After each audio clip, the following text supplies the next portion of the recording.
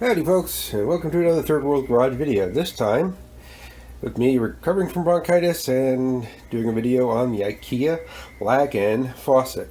Now the faucet only comes with this part here. This piece here, it goes from here to here. That base piece that covers up the 3-hole sink that this used to be. Well, I salvaged that from somewhere. It does not come with the kit. This is only set up as a 1-hole faucet. Now, I've had this faucet for about a year, and it's got some cosmetic imperfections already. If it'll focus, you can see there's a big pit here, a pit here, a pit here, a pit here, and a pit here. And maybe, nope, none on the other side, just this side. It's not a very tall faucet, but every time I turn it on, it turns on and it turns off. Now, it's 20 bucks. So, you may be wondering, is it worth it? I think for 20 bucks, it's the best $20 faucet you can get. This thing is all metal. Every single thing you see here is made out of metal, except for maybe this is plastic, the aerator. But you look at any other cheap faucet, it's just a piece of cheap plastic.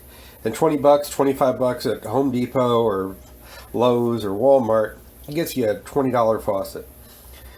It gets $20 plastic faucet. Now, it's not really all that tall.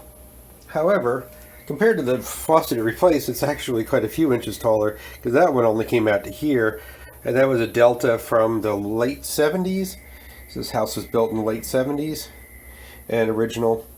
And I just needed it because I had this salvage sink that was given to me, and I needed a faucet that was in better condition. And so I used this one. Now, in terms of problems putting it in, fairly straightforward, except for having to salvage this piece from, well, my parents, who they put in a single hole faucet and didn't need this plate, so I was able to get that from them. Other issues, pardon my crappy kitchen, but it's called Third World Garage because as I live in the third world state of Florida, and I'm not exactly rich. Well, I cut the copper lines here, added a compression fitting, and then attached it to these lines here. This line only came to here, as you can see, was not long enough to reach my my original service. So I had to modify things accordingly. And if you can't modify things accordingly, you might not want to try to put it in any faucet at all. You have to be able to think on your feet and understand at least some of the basics of plumbing. See if I can get a better picture of that. And of the roach trap that's been sitting there for 20 years. But if you can get, you understand some of the basics of compression fittings and unions and things like that, you can go ahead and put this in pretty easily. But yeah, it's not fancy, but you know what? If you're just looking for something that'll do the job temporarily, I don't think there's a better $20 faucet on the market.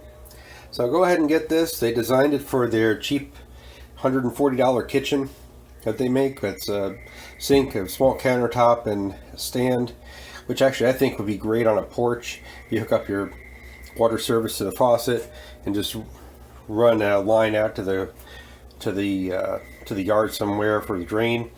Then you have a nice little porch kitchen that you go along with, put a barbecue grill or whatever.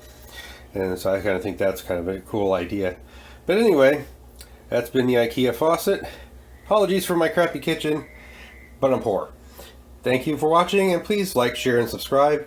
Subscribing helps me to one day hopefully get monetized so I can be a little less poor. Thank you.